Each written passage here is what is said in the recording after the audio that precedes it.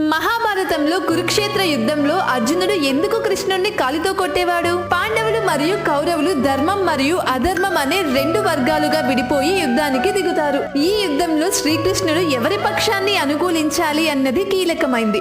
పాండవులు మరియు కౌరవులు ఇద్దరు శ్రీకృష్ణుడికి బంధువులే. ఈ సందర్భంలో కౌరవులు శ్రీకృష్ణుడి ద్వారకా సైన్యాన్ని కోరుకోగా, పాండవులు శ్రీకృష్ణుడి స్వయం సేవను కోరుకుంటారు.